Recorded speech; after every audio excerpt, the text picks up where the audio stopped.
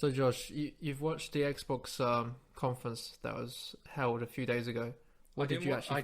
I didn't watch the whole conference because the Sony one was so boring. I watched a 2 minute wrap up. I watched the 2 minute one that Microsoft did, which had like 20 seconds of each game. Because the first video I saw was 4 hours long, and I'm not wasting 4 hours of my life, but that seems to be some like IGN 3 hour stream with a 1 hour actual live stream or whatever. So that okay, but I'm still not watching 45 minutes again because that Sony one, it just wasn't interesting. Not when there's a lot of games that I just aren't interested in. Like all those games that were coming in, they weren't familiar to me. So there was one or two that I knew, but the rest of them I didn't. So I'd much rather just wait for. I'd watch individual trailers. Yeah, that's I'm okay with that. But just to sit there and watch 45 minutes of trailers that I don't know, it's like got better things to do. Well, the main thing about when you say there's stuff that you don't know, it's mainly because Microsoft have bought loads of studios and actually making fresh content. So there's going to be loads of games that you'll probably never, you're starting afresh. I'm not the world's biggest gamer. I don't play a lot of games. It's the games that I do play, I play a lot of, as opposed to playing a little bit of every single game. So there's a lot of games that I just haven't played. One game that did look interesting was Fable, but I haven't played the originals. It was just, for me, the problem was there was not enough of what they shown. It was like a 20-second teaser trailer. I was expecting a little bit more than that. So but that just depends on where that individual game is in their product development, though, doesn't it? They might not be coming out for another year or two, whereas you've got some other games that are ready to ship as soon as the Xbox X is ready. So they'll have the trailer and the gameplay footage as well. Yeah, and that's the thing. And most of the games that are going to be coming out maybe in a year or two, they said it's going to come out for Xbox Series X on PC, but they didn't mention Xbox One. But then they mentioned all games will be playable on Xbox One. I don't understand what's going on. It's so confusing.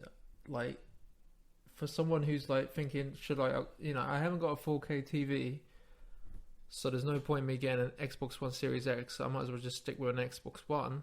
But then there'll be other things, So you have the original Xbox. So for one, you'll get 1080 60. One would hope. I don't think so. I honestly don't think so. Well, that's the whole point of the Xbox One. The fancy one. Oh, okay, I see what you're saying. So what I'm saying is, obviously you're going to get at least what the current max Xbox gives you. Yeah. And one would hope that every game that comes out for the Series X can at least do 1080 60, or 4K 30, if not 4K 60, depending on the game. But then there's other things that will look better visually on the Xbox Series than versus the One X. But the problem is some of the games are not coming to the Xbox One. So they announced, I think, the new Forza game. That's not coming to Xbox One. Yeah, that won't. So that's the game that they'll be using to drive sales of the Series X. But then, if you're saying that all games will support, I don't know. It's so mixed message. I'm not sure what's going on. They're saying, all the games are going to be supported on Xbox One, and you can play it on Game Pass. But then when you see the actual trailers, it only says Xbox One, Series X, and PC. So you're like, okay, so that means that I have to get an Xbox One Series X or a gaming PC just to play this game. So there's people who are thinking, I don't have to upgrade, or I can still keep my Xbox One. They're going to be like, what the hell? What's going on?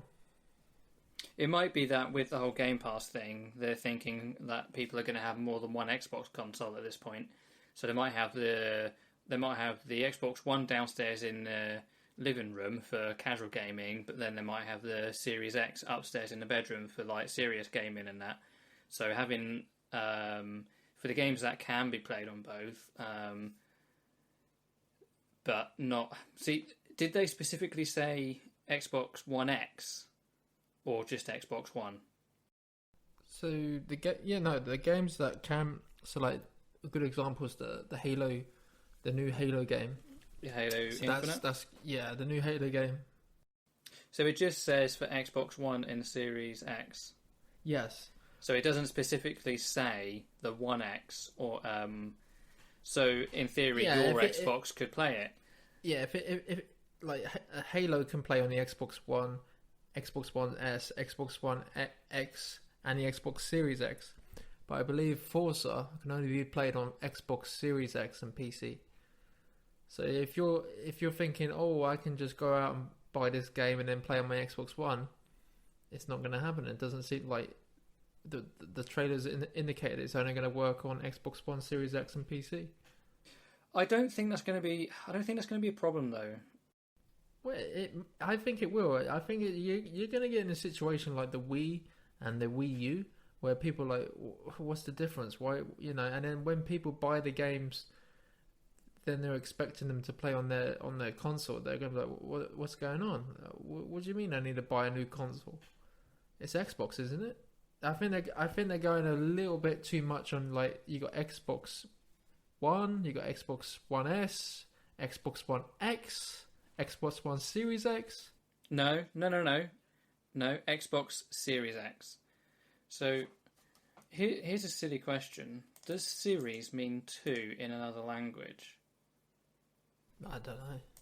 Or does it literally mean the general public are not going to understand what's going on. Yeah, I mean, I'm not going to defend Microsoft because that naming scheme is awful. And it was awful before the Xbox Series. Can we just call it the Xbox 2? Make it a lot easier for everyone. So we got the Xbox One, the One S and the One X, and then the Xbox 2. And then the 2X, and then the 2S, and the 2C when they have a compact version. But no, but the thing is, right? Like you think there's going to be a problem, but it is going to be a problem. I don't think it is. Like, assuming the marketing is okay, like when you pick up a physical disc, you see at the top it says Xbox 360 or Xbox One. So that, like, at the end of the day, you might pick up the wrong one, buy the wrong one, and have to return it. But when it comes to like digital sales and Game Pass things, you're just not going to be able to purchase it on the wrong system. So if you try and download it on an Xbox One, but it only runs on the Series X, it's going to tell you that it's not compatible for this device. I mean, I know the App Store for the iPhone tells you whether or not an app runs on your phone or not. I would presume the Microsoft Store and the Xbox Game Store does the same. We'll have to wait and see. I mean, that's a good point. Have you used Game Pass much? I had the Game Pass Ultimate when it was a you pound know when for 3 months. you know when you go through the catalog and everything is a normal game until you see the 360 games, and the 360 games have very clear 360 branding on it, doesn't it? I think that's just gonna be what's gonna happen, or that's just what's gonna happen. That they're going to show no branding on what can run on Series X, and then when you try and run an Xbox One game, it will show you the Xbox One. And if you try and access it from an Xbox One, it just won't show you games that won't run on it. Yeah, possible. Or it will show you games in an advert sense, which is terrible. But I don't think it's unlike Microsoft to do that. They might say Halo Infinite for Xbox Series X only. Compare, because even now, actually, on the Xbox One that I've got, they're trying to sell me the upgrade to the One X. You know, more power, more everything. It's like, thanks, Microsoft. I've only had this console a year, but apparently it's not enough.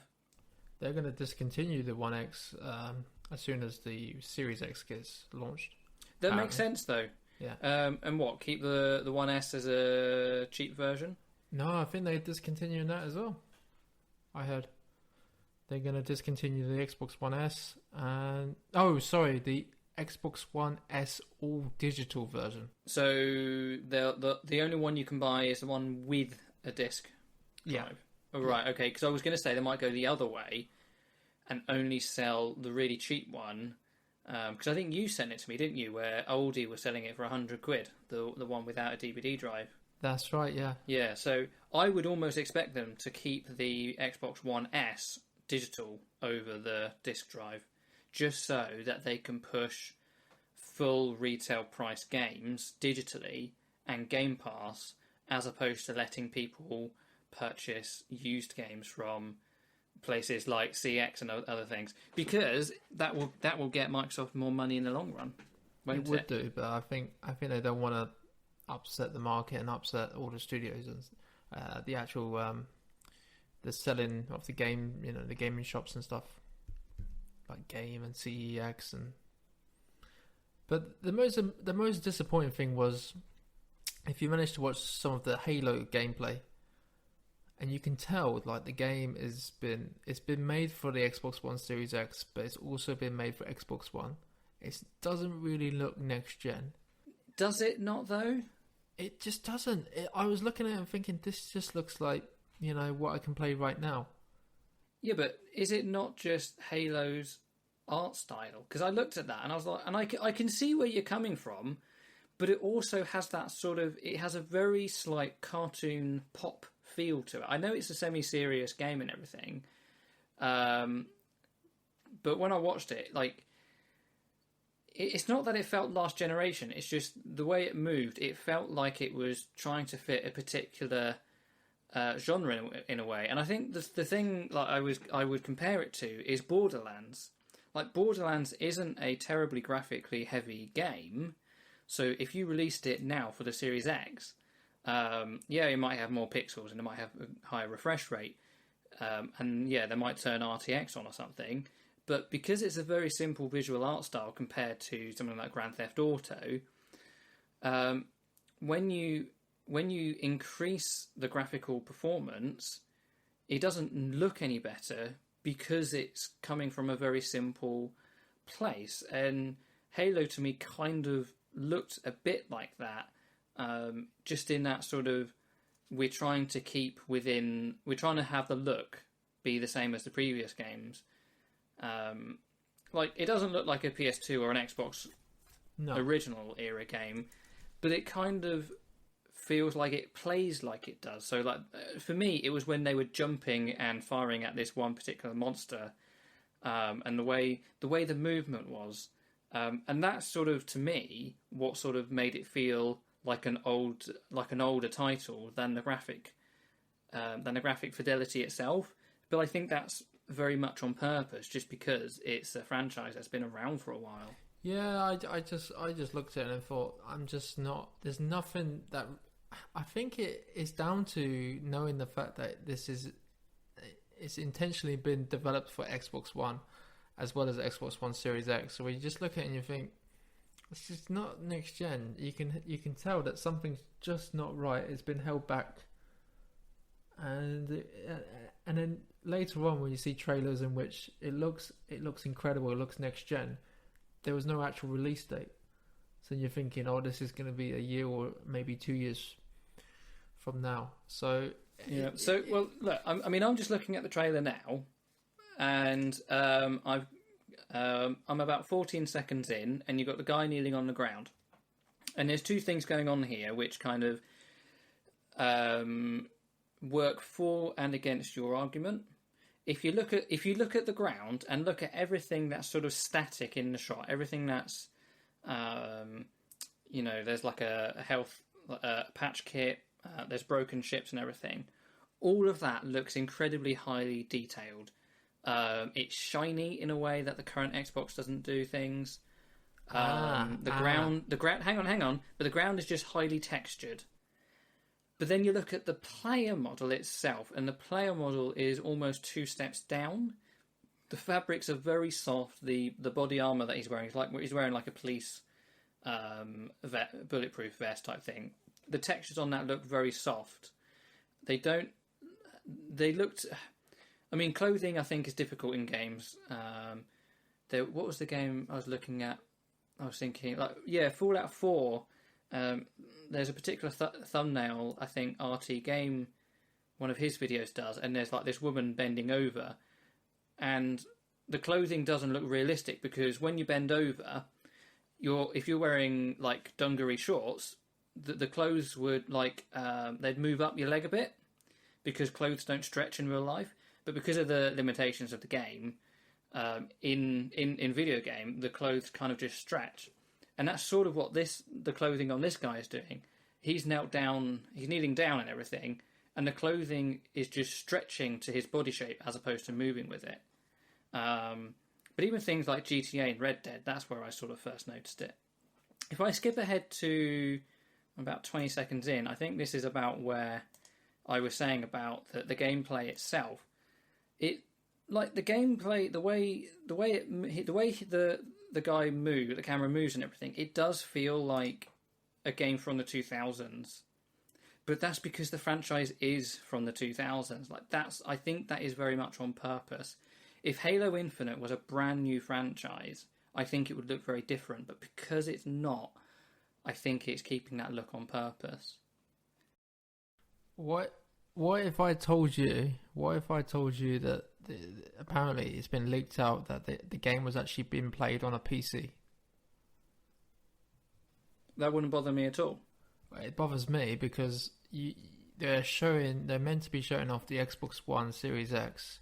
For me, they're meant to be advertising what this new console should be doing, and then they're playing the game on a PC, on a high-end gaming PC. So they're not actually showing me what the actual console can do. What's the point of that?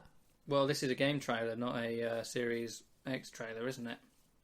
Wow, that was like a demo of the game. It's a demo of the game, but the game can play on a PC, and they're going to damn well show you the best experience you can have. It's a game trailer. In the Xbox Series showcase, they're playing the same trailer.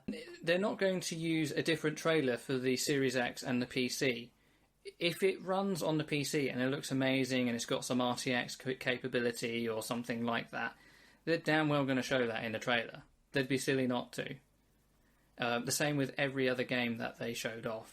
If it can run better on a PC, they're not going to have. They're not going to show 80% of the game's quality just because they need to show it on the Xbox. It's kind of hard because in a way they were showing off the Xbox One X, but then technically they was just showing off games, and they also said it's coming to PC. I feel like I don't think this was showing off the Xbox Series X. This was, here are the games that are coming to the Series X, and this is what they look like. They might look better on a different system, but we're just not going to tell you that.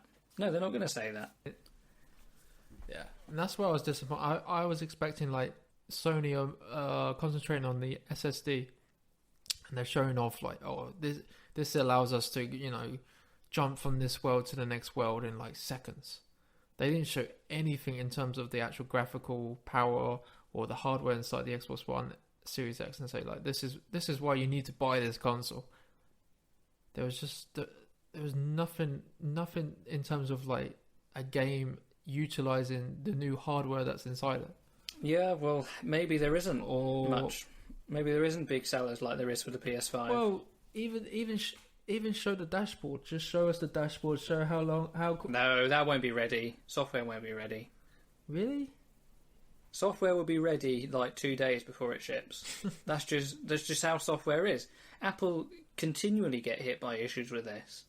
Like the HomePod was delayed because the hardware was ready like 6 months before they announced it. They announced it, and the thing shipped 3 months late because the software wasn't ready. And when it shipped, the software still wasn't ready.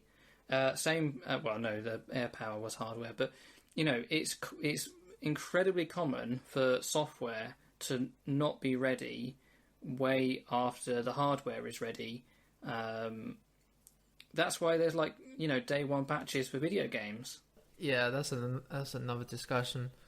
Well, it's not really, because if you have to send your game out to print, like physically print the discs, like 2 months before or a month before or whatever, that you've got to get it sent out to distributors, you're still going to be working on that game, fixing bugs and patches. So there's just going to be a day one patch. Yeah, but there wasn't anything like that back in the olden days on the PS2 and the Xbox. Yeah, not because they didn't need it, because they couldn't. There's plenty of games that were bugged and are still bugged because they just didn't have online update capabilities. I'm still playing some old video games that have weird bugs in them that I've just had to put up with for like 15 years, and they've never patched it. That's true. Just because those games don't have patches. Just because a game from the 80s or 90s doesn't have a day one patch or didn't have a day one patch doesn't mean it didn't need one. But anyway. So that's a silly and pointless argument against day one patches. I don't know why you'd have a single argument against day one patches.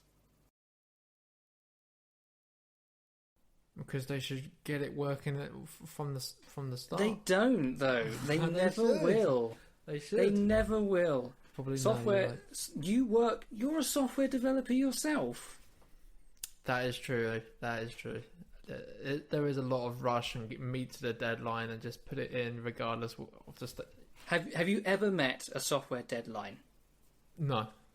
Have you ever not asked for an extension on your software deadline? Pretty much always ask for a software extension. Right, so if you have a public release date and you have to hit that, so you've got 2 weeks before that to get the physical media printed and sent to shops, you're still going to be You're not going to be. If you're not going to be ready for that release date, you're definitely not going to be ready 2 weeks before. Yeah, there have been occasions where they do allow for extensions. Like there are some games, but it depends on the publisher and the actual. How's Cyberpunk doing? It kept getting pushed back. Has it still? What's the date again? 19th of November 2020. I can see that coming out on Xbox One Series X, like a port of it, and or the PS5 eventually. Yeah, platforms. PS4, Windows, Xbox One, Stadia, Epic Game Store, Steam, PlayStation 5, and the Series X. Do you know what? Just a side note, I'm getting really frustrated about Epic Game Store and Steam being seen as separate platforms.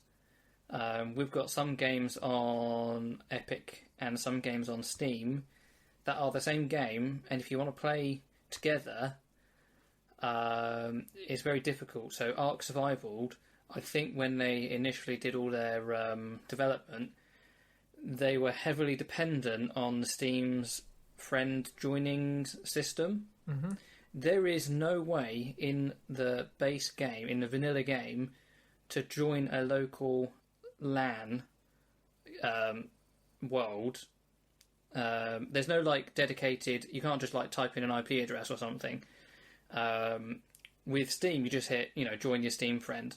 If you want to go from Steam to Epic, you have to do this weird thing where you launch a weird Steam Arc server thing, and you've got to do some. You've got to create a batch file to do it and everything, and it's just not simple. That sounds. The issue is with Arc. It's not with Steam and with Epic, but I think Steam have made it so easy for so many game developers to not have to have these features baked in, that now we've got more than one place to buy digital games on the PC. It's just really making it difficult to play together, even within the same household. We're not even going onto the internet or anything. It's just really frustrating. But sorry, that's just because I saw Epic and Steam listed as platforms on Cyber 27. But that's a good point, because you just you've just built or bought a gaming PC. You bought one, didn't you? And it's do you want to talk about your specs? Yeah. So in one of the previous podcasts, I mentioned how my gaming PC ain't nothing special. Well, due to coronavirus, and the lack of having to go to work or spend money on petrol going to work or buying lunch at work every day, we've just bought a new gaming PC. It's basically my PC, but it's ours. It is both of ours. Me and my wife. But she's got my old one. We're going to do we did an upgrade to it. We replaced the 8-year-old 250 gig SSD with a nice 1 terabyte SSD. So that will do for a while, and then we'll probably do a couple of other bits as well. But for me, I went with Scan, and I went with one of their pre-built systems. I've gone air-cooled because I just don't want to deal with, water pumps, and if that breaks down, you're kind of screwed until you get a new one in. At least with fan cooling, I can, take the rear case fan off and just shove it on and it'll work. So it's still not the quietest machine, but I'm kind of working on that. I've got to sort out the fan curves. But it's an AMD rig, 3600, so it's not like the top end, but it's the next one down. 16 gig of RAM. I'll upgrade that maybe in a month or two, once we can afford to spend more money on the machine. 1 terabyte NVMe, the super fast SSD, so 1 terabyte of that. I've also got a 1 terabyte hard drive and a 2 terabyte hard drive.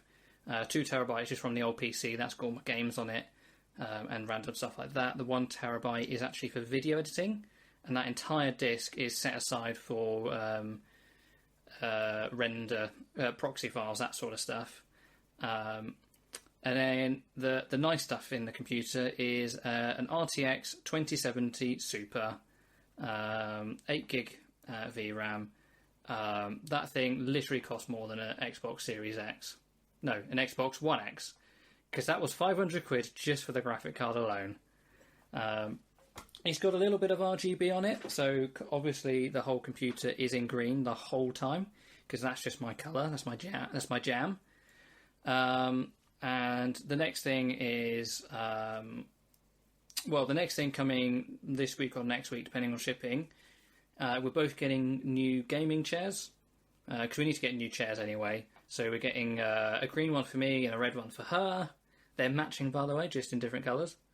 And then eventually I'll get around to sorting out my monitors. So I've got 3 monitors, 1, 2, 3. So I'm quite happy. Yeah, sounds good. So in terms of because at this conference, this Microsoft conference, they did mention most of the games are going to come to PC. So for yourself, it doesn't really make sense to buy an Xbox One Series X if you've got a computer like that. Because so both are even the old computer, it's an i5, 4th gen i5, and a GeForce 970. So it's not a bad machine. I think I might upgrade the CPU if I can. I'm not sure. I think it might be the latest gen that motherboard can handle, but we might do something there. But between the two machines, we don't really need one. Maybe to replace the Xbox One, like just flat out replace it. But I don't see us buying it anytime soon. And like I said, one thing I do want to do relatively soon is VR. I'm not sure now if I would do that, as I always said PS4 VR, because I had some great fun with that recently. But I've got a 2070, and my goodness, is that powerful enough for VR? I know. So, I might end up getting the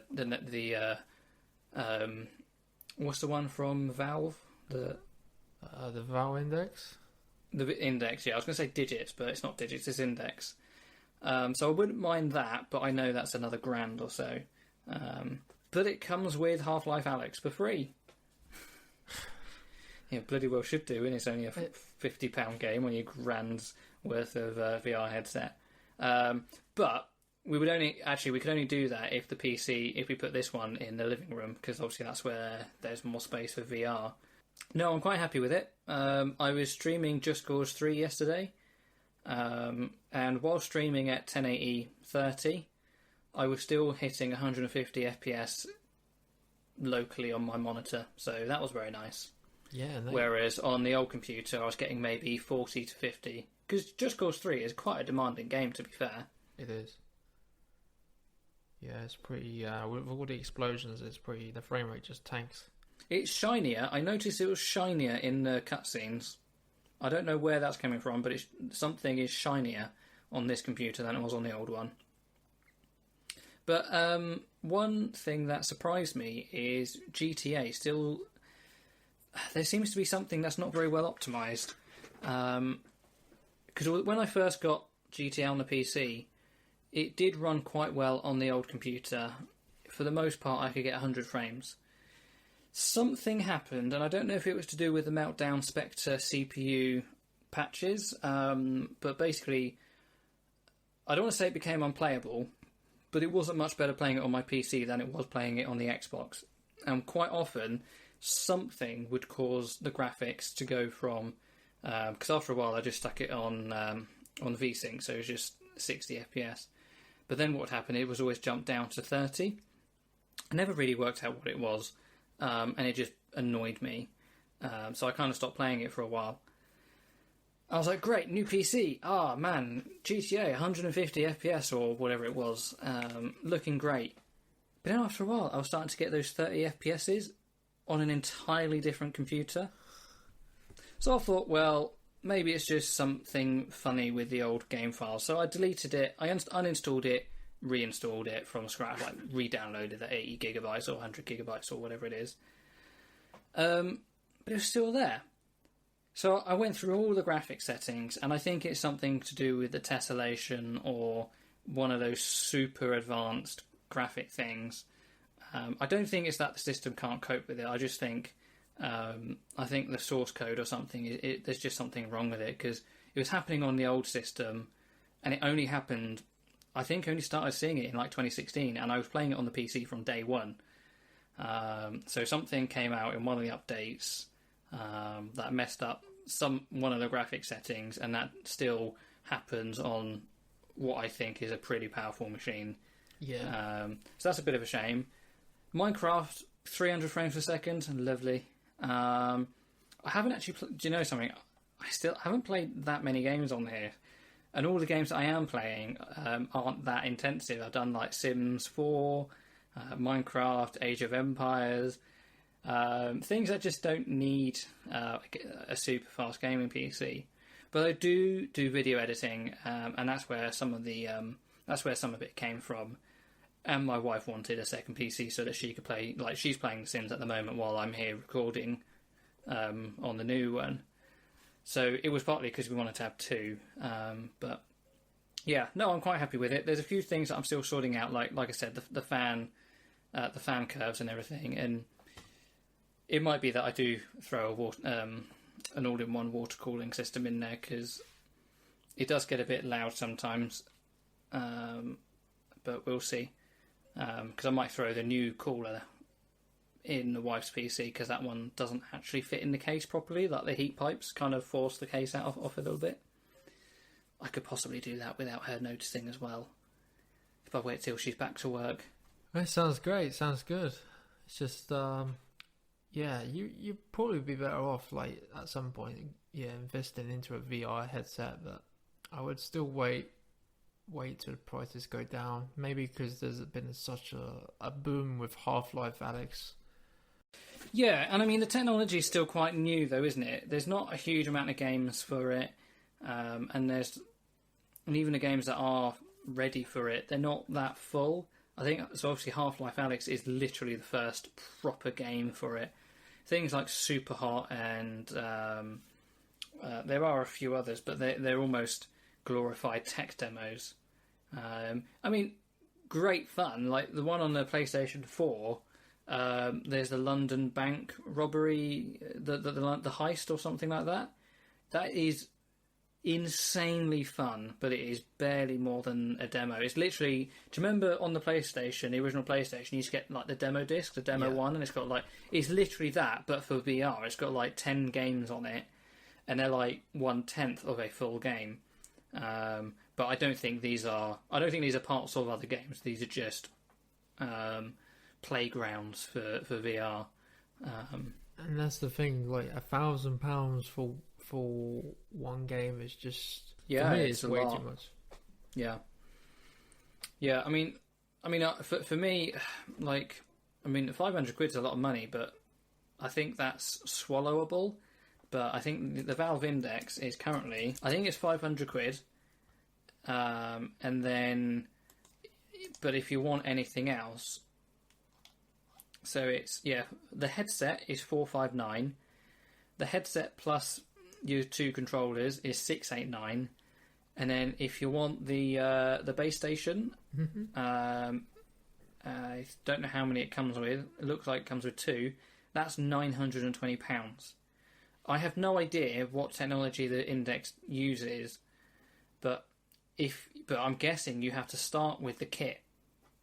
So I don't know if it runs without the base stations. I guess for some games you might only need the headset and an Xbox One controller if you're just using it for game stuff. But if you're like, I feel like Half-Life Alyx would probably need everything. So £900 plus a £1,200 PC, like that's a lot to get into VR, even still. Mm-hmm. But you could put there's people online that are like they've managed to get headsets and also managed to get like the controllers, like motion controllers, but get it for like 400 quid. But like the headset itself is a really lower resolution though, so you're losing quality, of course, but you still get not the same experience, but you get an experience. Yeah, I mean, it's tricky though, isn't it? Like we used the only VR I've used is the Oculus development kit, which was low resolution, and the PlayStation 4 VR, which isn't fantastically high resolution either.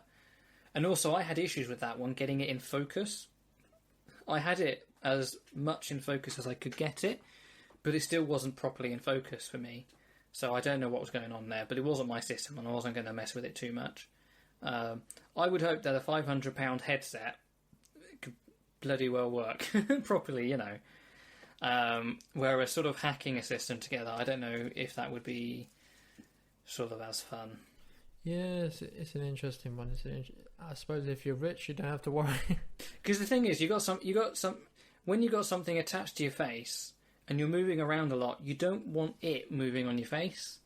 And if you got something that's like, you know, I think about the cardboard where it's like you got a phone in some lightweight cardboard attached to your face, and like, yeah, that is very front heavy, like any other headset is. But it's not attached to your face, and I don't know if anyone's had issues with their phones falling out or anything as they've done stuff. Whereas at least with these systems, everything is sort of well put together, and if a strap does break or something like that, it's usually going to be like a manufacturer defect, and hopefully you get it replaced or something. Whereas if the phone falls out of your Google Cardboard, Google ain't replacing your phone for you. You know, be like, oh, that's your fault. The thing is, like, you think of like VR as playing video games, but for me, for a very long time, I was looking at VR as a way to watch actual films. Why though? I know people do this, but yes. Why? I had this crazy idea that you could, like, I saw people online, they were like, look, you can go in VR and you can actually sit in a cinema and look up to the screen and then you see a film. Yeah, but why do you want that?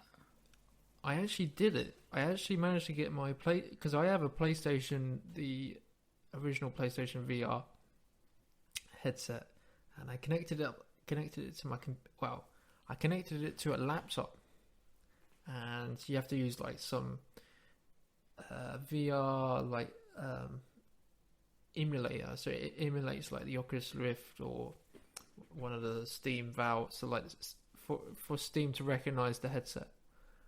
And I download, like, I think I've like got one of those free cinema. It's a game, isn't it? and it loads up, and you're sitting in the cinema, and the only way I can actually get this, like, in terms of me not getting ill, is I had to lay down on my bed, and you like you defeats basically all purpose. Huh? That just defeats the entire purpose. Well, I was getting ill otherwise. I was getting serious migraines and headaches, and I was just like, I had to lay down on the bed, just for me just to concentrate and not get a migraine, and then so I just lay down on the pillow, and then in VR mode I'm just looking up to the screen, and then you basically just select the film from your computer, and then it starts playing. But I think it was funny because I was watching Ready Player One. And I couldn't watch all of it. I got about 20 minutes into it, and I was like, I can't do this. No, I would never want to watch a flat film in VR. I don't want to feel like I'm in a cinema because I don't enjoy going to the cinema. The only reason I go to the cinema is to watch a film that I want to watch before it's on DVD. But I don't like other people being there. I don't like having to sit like offset from the screen or whatever. Like at home we've got a surround sound system, and where we're sat is like perfect for viewing and for hearing. You just don't get that at the cinema unless you get the one seat that's central. I don't care about the curtains that the red curtains that they're going to put in. Don't care for the popcorn. Well, I do like popcorn, but I don't want to feel like I'm going to the cinema. I could see now one thing I could see with a VR film, and imagine that someone made a film in the same way that they made Half-Life Alyx. So Half-Life Alyx isn't a game that you can really play with a game controller. I know there have been mods so that you can, but the primary interface is motion control, and the primary screen is VR. Like, you are in the scene. You're not watching it, you're in it. Now imagine if a film, like they made 3D films, but imagine they made a film for virtual reality. And I don't know how they'd do it. They'd have to use some weird... they'd have to use like 360 cameras, and that would never really work. Maybe for some animated films, actually. But imagine like you're watching a film, and you could look around the environment. You can't move, like you're fixed where you are, but you can move the headset and around. You can either watch what's happening on, you could watch the two characters talking, or you can look around and see, oh look at their computer desk. There's some stuff going on, or they've got like a hamster cage, and you can see the hamster like in the cage itself. You're not interacting with it because it's a movie, but you can see more than just what the director wants you to see through a camera. You can see other things going on. I think that, as a VR film, would be interesting. Because when you said, like, Ready Player One, obviously that has elements of, like, going through different universes, or, like, going through those different those things. Yeah. But it's not like you're going to watch Fueller's Day Off. What's that film? Ferris Bueller's Day Off. You're going to watch that in VR because you don't gain anything. You don't gain anything from the experience. Well, for me, like watching it, like because you're watching it in VR, you're also watching it on a huge screen as well. Like but I've got a huge screen. You haven't got a cinema screen though. I've got a 50-inch telly. Like, how much bigger do you want it to be? And I only sit like... I need 150. Yes, but sit closer to your TV. Get a bigger TV or move your sofa closer. Like, I think we've got the same TV as you, the same size telly as you. I got, but 55. Because we're okay. Well, we got a 50-inch, but because we're closer, it's more immersive. Yeah. Just see, like having a 150-foot screen in VR is great. That's because your eyeballs are on the screen and you can do it. But you can also do it by getting closer to your telly. It's probably a better experience actually sitting closer to the TV than actually seeing it through VR, because the resolution, especially like the PlayStation VR headset. Well, yeah. So that's why I was getting really ill. I was just like, I can't do this. I was getting like headaches, and I was like, I really don't feel very well. And that's another problem, like probably why you probably want to get like the £1,000 VR headset or the £500 headset, is because you're less likely to get migraines. You're more likely to be in a more comfortable state playing the games than if you buy like a cheaper version that's just, you're going to have a less pleasant experience. Yeah, I mean, I didn't really have any issues with the PlayStation 4 VR when I did that. My memory of it is I'm more aware of the thing on my face than how I felt when I took it off or when I put it back. when you're saying about motion sickness, that's not something that I remember really occurring. I remember having facial fittings more than that. So I feel like VR has reached that point where that isn't an issue anymore. When you ran it off your Xbox, when you ran it off your laptop, were you running it in full 90 FPS mode as well? I don't know. I don't know. Because that might have been half of your problem, because they say 90 FPS is the minimum you need for your brain to not feel sick. And if you're watching a cinematic film, which is going to be 24 FPS, that might be part of your problem. Could have been, because it literally is just like a file. Yeah. Do you know what you should try doing? If you can record 120 FPS on your phone, well, if you can record like slow-mo at 120, record that, try and find some video editing software that can force it to play at 90 frames per second. Make sure your laptop or your computer is outputting at 90 frames per second and play that back. Obviously, the speed, when you go from 120 to 90, it's going to be slightly slow-mo, but if you don't feel seasick from that, that might be the reason. It's because you're watching a 24 cinematic feel thing in a medium that requires at least 90. Because that's because when the PS4 VR first came out, that was one of the big things that I was hearing about it, is that because even though it's not high resolution, it's hitting that 90 FPS. And I think it's somewhere just shy of 90. It's like 70 or 80 FPS. Once you get above that, that's when your brain starts to feel okay about things, because it's much more fluid. Yeah. Well, I've played like Resident Evil 7 for I can play that for maybe a good 40 minutes to an hour, and then I start getting a bit. Yeah. So it sounds like that is okay then. Obviously after a while you might get it, but yeah. And the other thing is that you're controlling your head movement. So, you are controlling your head movement when in the film, aren't you? I don't know. It's a weird one. Yeah, it is a weird one. But there's also the fact that there's different types of VR, because I'm not sure I think the Valve Index has like you said, they have like sensors and you can place them around the road. So then you got more control on like how far you can walk around and do stuff.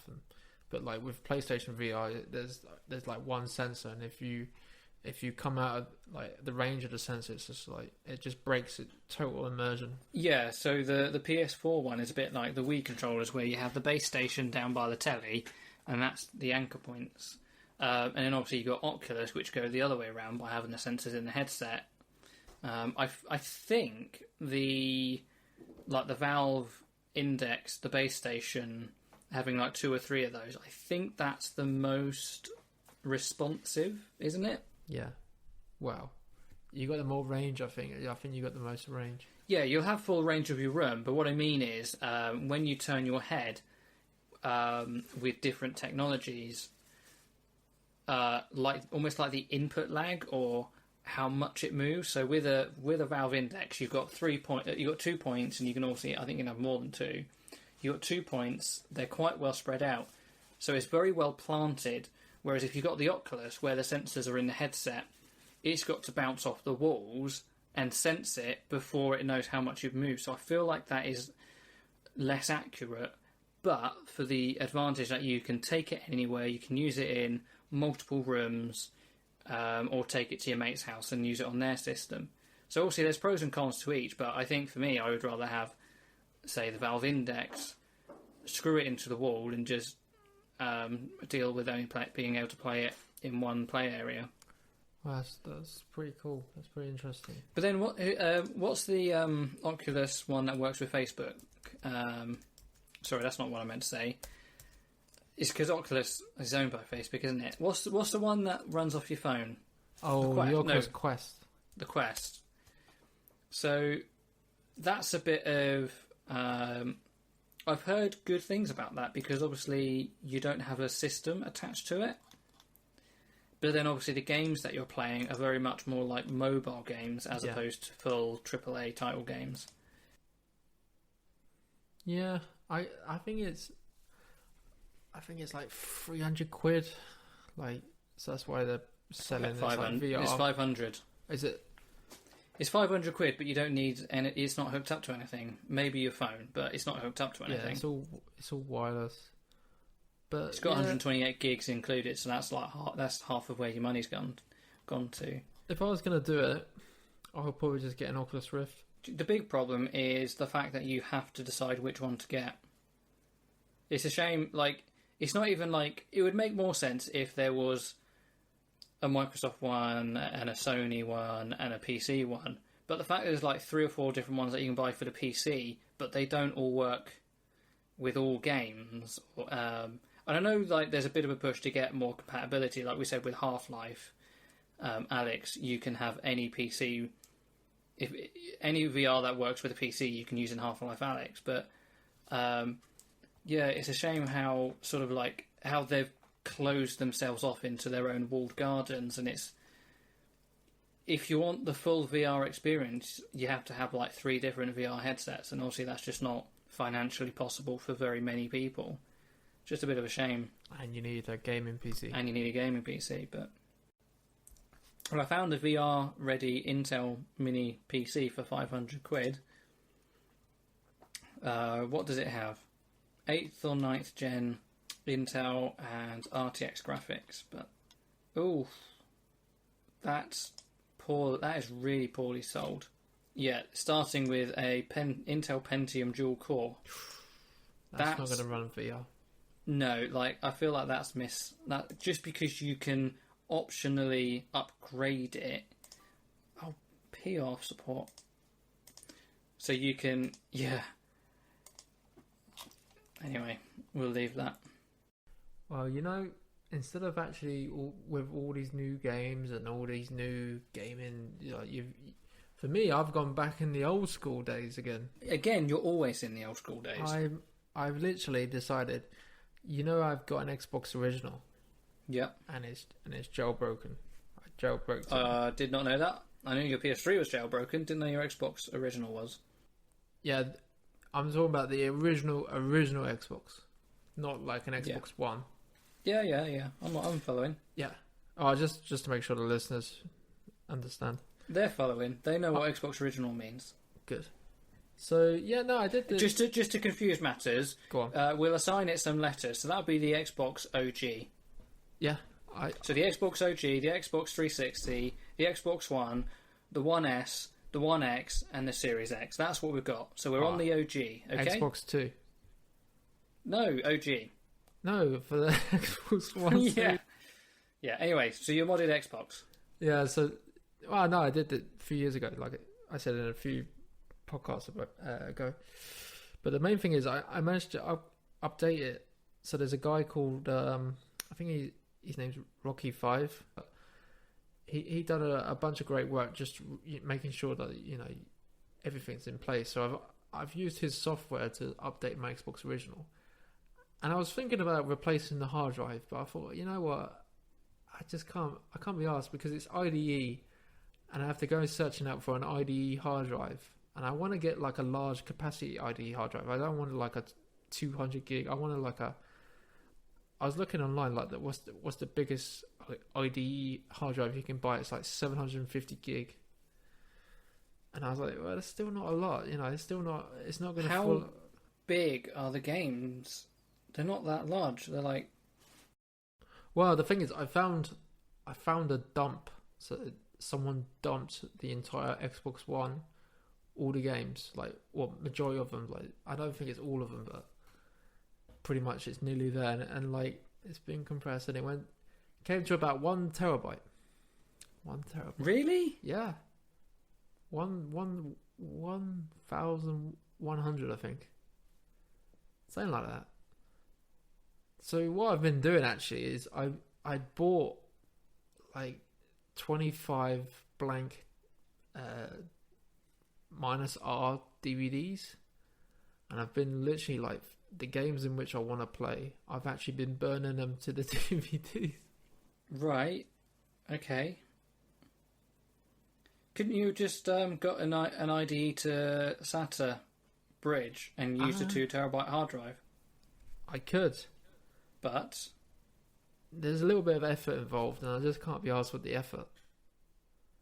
Because, well, it wouldn't have been much more effort than replacing an IDE hard drive with an IDE hard drive. It would, because if you have to basically like clone your IDE hard drive onto the new SATA hard drive. So then you have to unplug like the disk drive and then plug in IDE to SATA bridge connector, and then connect the new SATA drive to the connector. Yeah, but it wouldn't have been any more harder than going from IDE to IDE, though, would it? No, it wouldn't. No. Yeah, that's what I'm saying. Right. IDE to IDE, but I just can't be asked to find like a 750 gig IDE hard drive, and it costs like 40 odd quid. I'm like, I'm not paying 40 odd quid just for 750 gig IDE hard drive, and it's not going to even cover all the games. So that's why I've decided I'm just going to start burning. Like, it was only like 4 or 5 quid for like 25, minus R DVDs. So I've just been, finding the games in which I want to play, like backup. Most of the games I've already got, but just keep a copy of them. And probably some of the games I won't even play because I want to play the most advanced versions of them, hopefully with the Xbox One Series X, if they ever get a 4K patch. Games like Halo and stuff like that, I'm not going to bother because, you got the Master Chief Collection. Yeah. So, well, I'm surprised that there's that many games, because I don't think each game would be that big. It's surprising though. It's kind of surprising because the games in which you think are going to be huge, like Grand Theft Auto 3 is like 700 megabytes.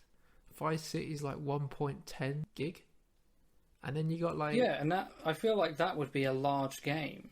Yeah, like I think like San Andreas. But no, is like... the list of Xbox games on Wikipedia, there is 1,000 games on there. So.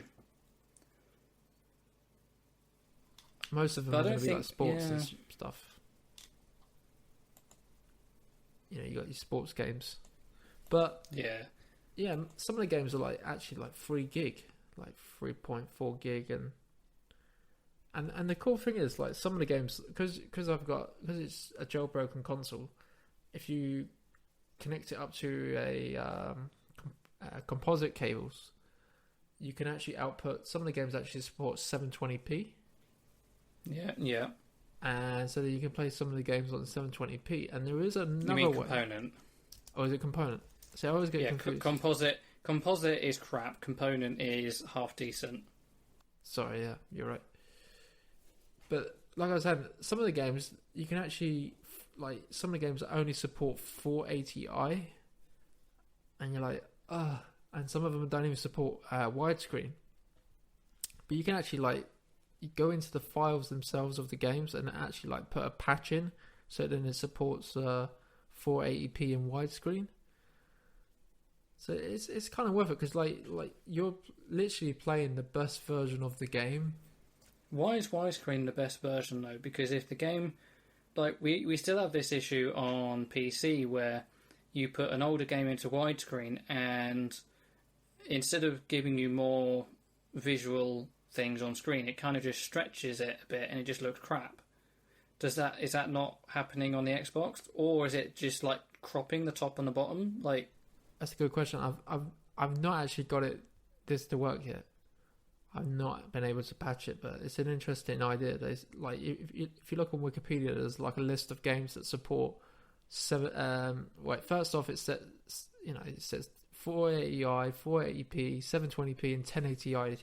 So there are some games that you can run at 1080i, but then it has another list of games that are patchable, so they can work at 480p or even 720p, and you can patch them to display in widescreen mode. I still don't see the point. Like, what's the point of running games in high resolution when the texture packs that you're looking at aren't high res? Like, I've never really seen a great appeal.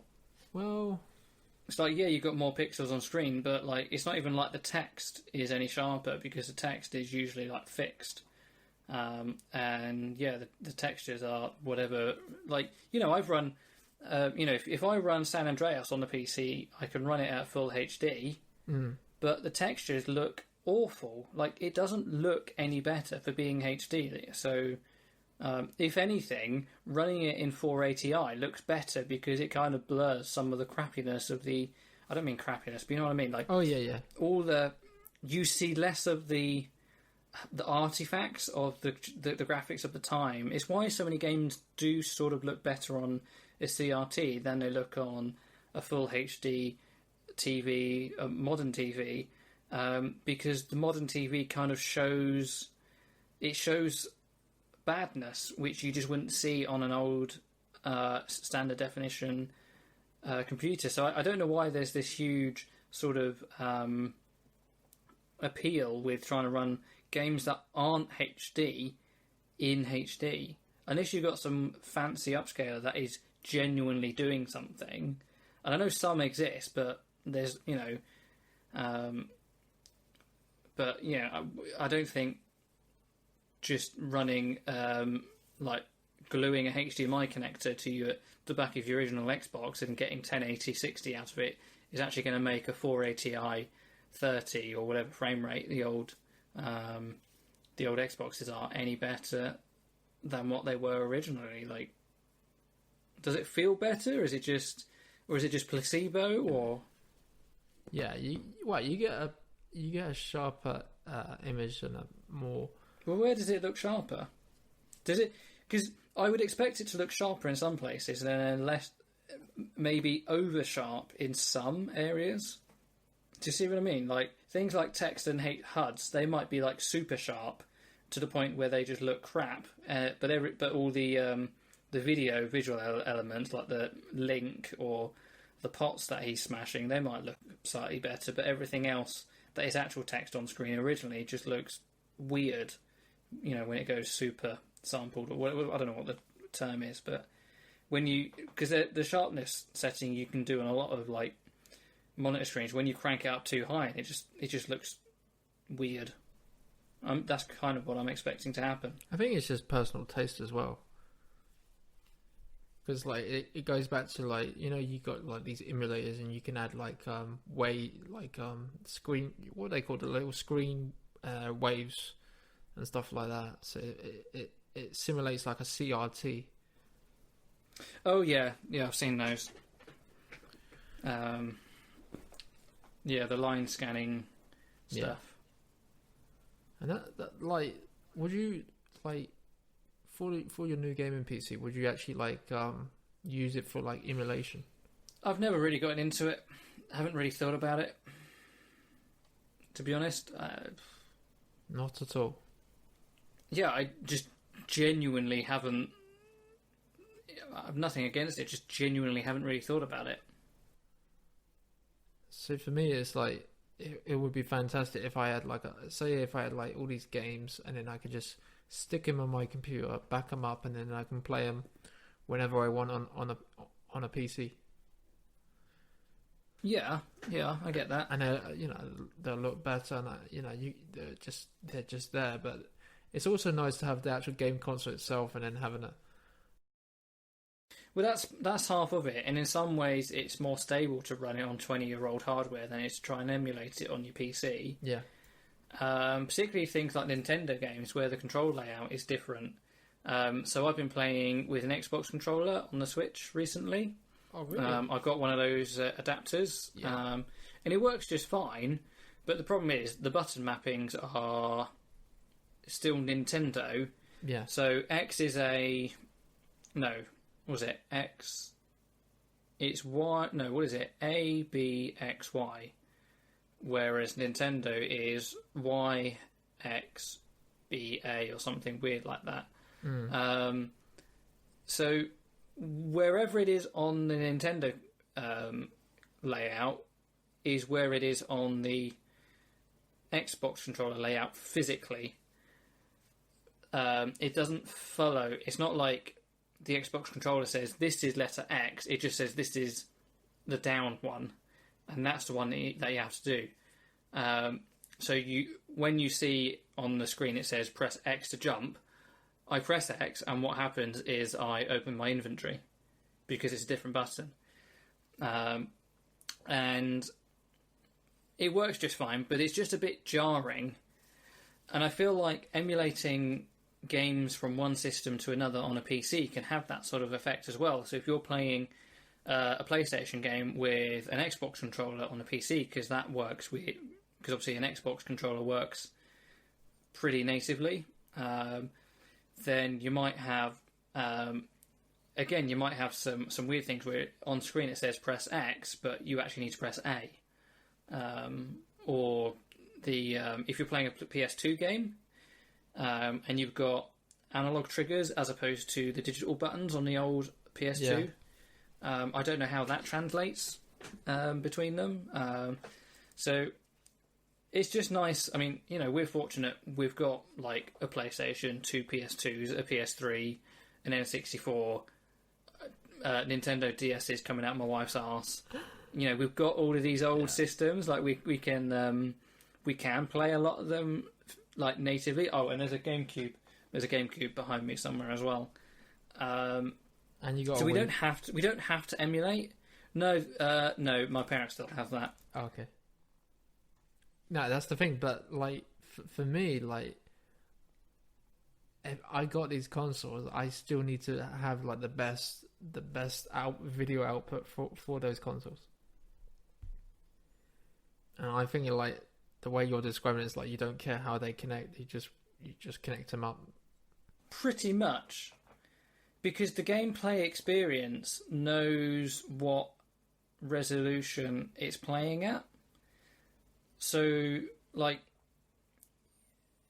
if you play an original PlayStation game over a composite signal, which is 480i, plug that into your CRT telly, and you can read the text just fine because the game was designed for that screen. Yes, that's true.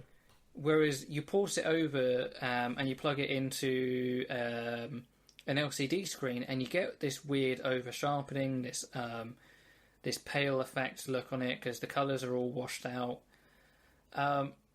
Because we also have a CRT telly as well, so we're sorted in that regard with the GameCube and the 64. So yeah, I don't say we're fortunate, but we do have all the systems, so we can play the original games like that. Yeah, it's like we've got to get them out, and yeah, the controllers aren't wireless, but it works for us. And unless I was gonna if I was like a super famous YouTube streamer or something, and I needed to plug it into OBS, then yeah, it might be easier to emulate it just so I can do screen capture instead of a video capturing, but. That's not me. They would actually try and use the original hardware because emulators I think it's not like if they're doing like a speed run, it's not like the authentic. They wouldn't accept it. I wasn't talking about speed runs. I was just talking about people who do like Let's Plays or something. Yeah, I know speed running is a thing, but do you know something, Tommy? Yeah. Speed running isn't the entirety of gaming on YouTube and Twitch. There are people who just play for fun. Oh no! So yeah, no. Yeah, can't play a game that's designed for fun. Just for fun. Here's a question for you then. Say like maybe like a year, maybe 2 years from now, you've got your Xbox One, and you're looking at it and you're thinking, This is just not going to cut it. I've got my gaming PCs, but because my gaming PC is not in the living room at the moment. Your Xbox One is in the living room, isn't it? Yep. Yeah. So say But like so is a gaming PC. The old gaming PC is hooked up to the telly. but say if you So I can play natively games on there, or I can do Steam in-house streaming from this one to that one. okay then, but say if you're a person who hasn't got a gaming PC, it hasn't got Steam. Yeah, but that's not me though. All right, say it's not you then, but say if Right. it was So you. I know. So your question is, am I going to buy a Series X in 2 years' time? No. No. Are you gonna buy if you saw for sale really cheap an Xbox One X? No. Why not? Why? Why not? Why? Because I've got the One S. But say if you got a new 4K TV or something, Yeah. and then you're like, well, these games I can actually, because I think there was a game actually shown off.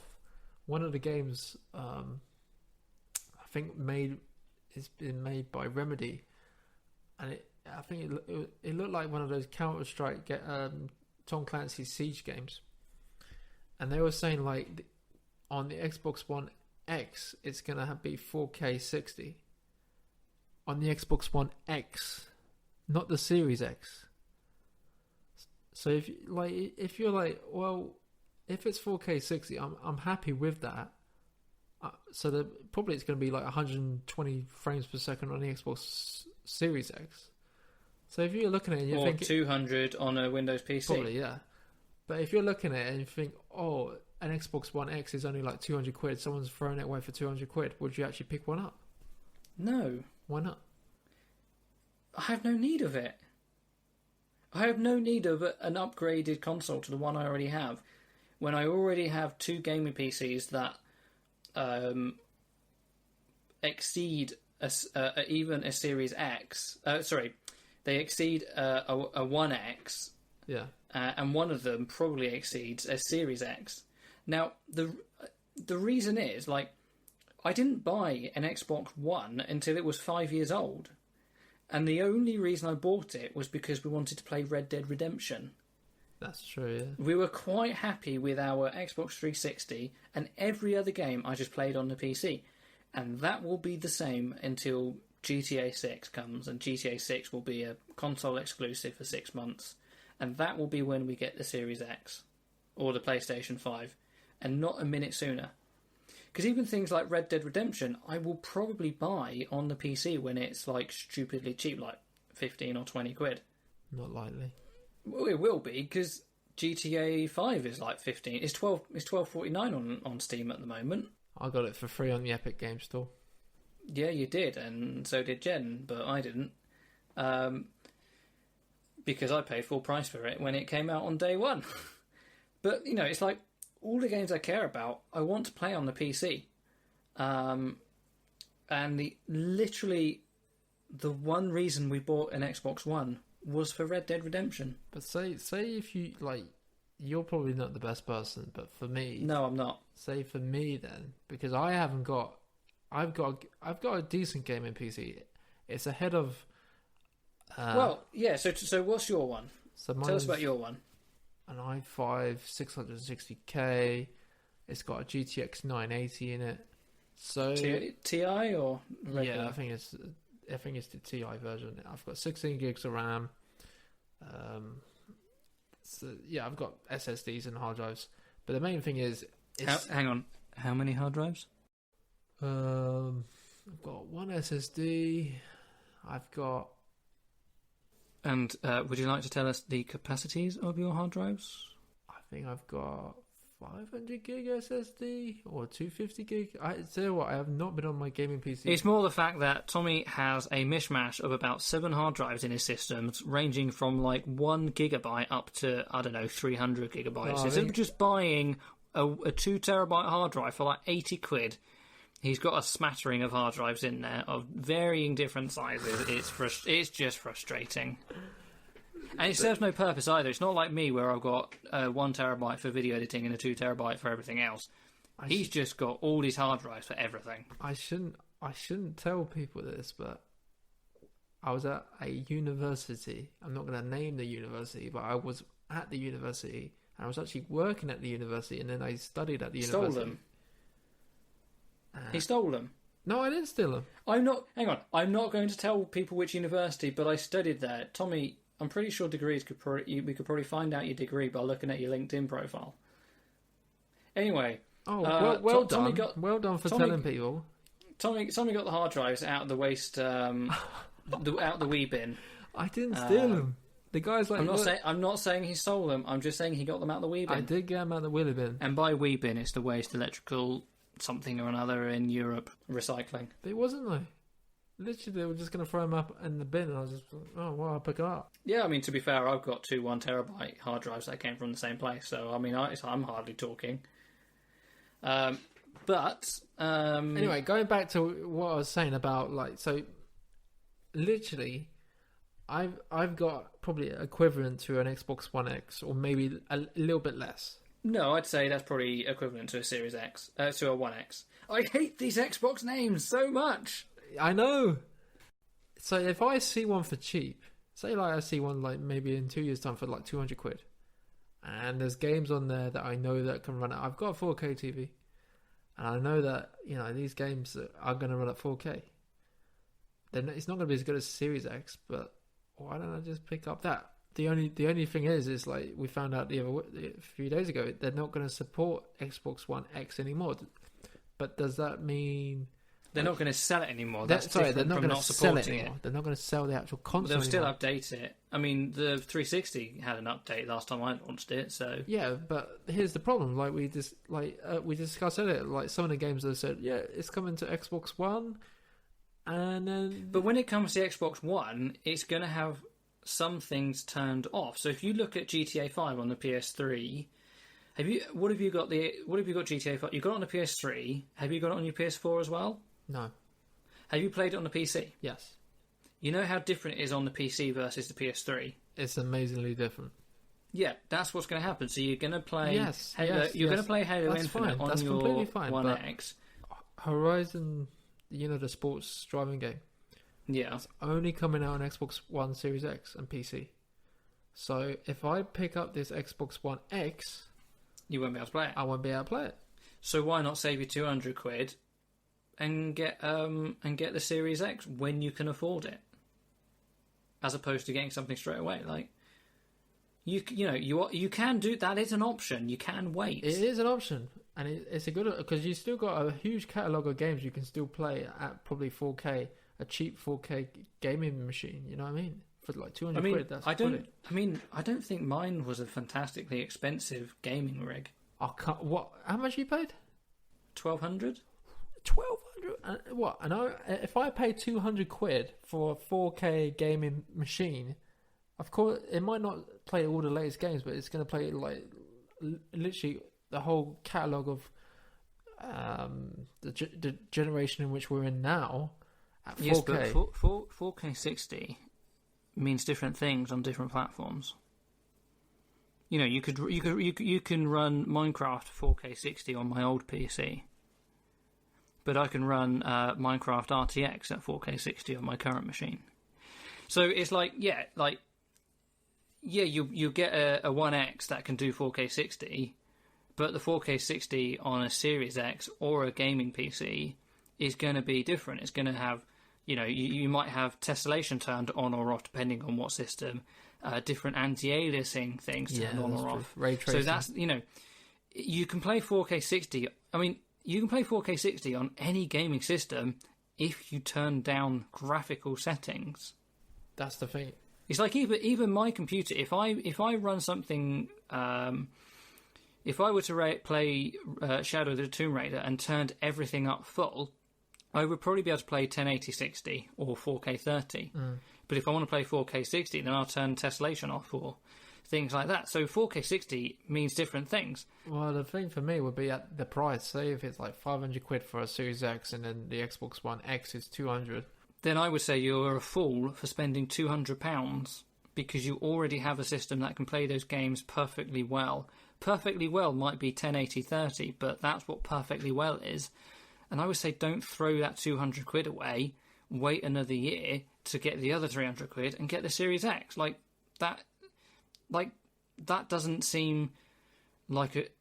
If you're going to get a Series X anyway at some point, I feel like throwing 200 quid away at a system that doesn't do much more than your current system does.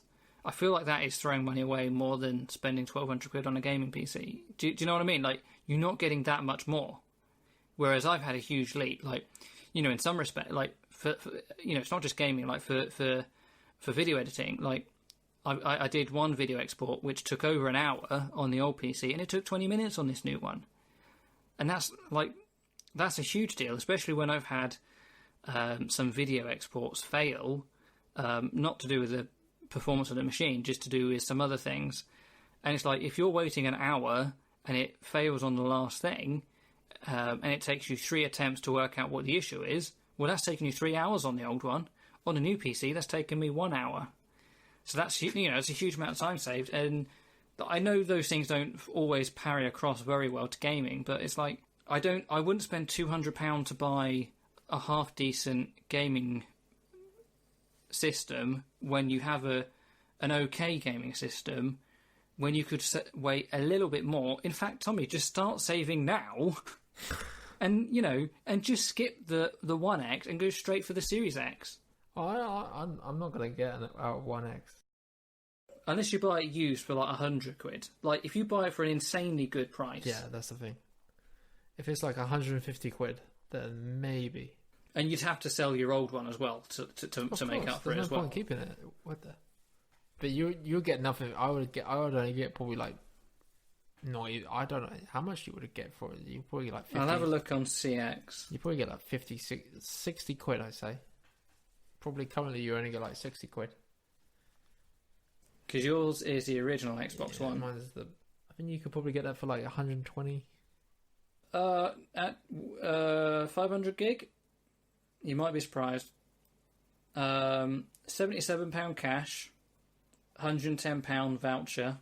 So if you're going to buy, how much do they sell a One X for? Probably like 240, 340. I mean, I've just put Xbox One X in and it hasn't come up with anything. I'd say 320. So they sell it for 310. Yeah. So if you sold one to them and bought one from them, it would cost you £200. There you go. If you sold one privately, you might get a bit more for it, but it would be varying. And obviously, buying one privately would be varying. So yeah, 200 quid for currently to swap your Xbox One for an Xbox One X, going to cost you 200 quid. Where's the contract? WeBuy.com/search !S text equals Xbox exclamation. No. Yeah, that's where. Somewhere there. Okay. In conclusion, with the Xbox conference, I was very disappointed to see what they had to show in terms of the games, what lack of actual release dates, and most of them being CGI trailers and no actual gameplay to that. They did show off some gameplay, but there were games that would be coming out at launch that just didn't look very impressive. The games that did look impressive are probably a year or 2 years away.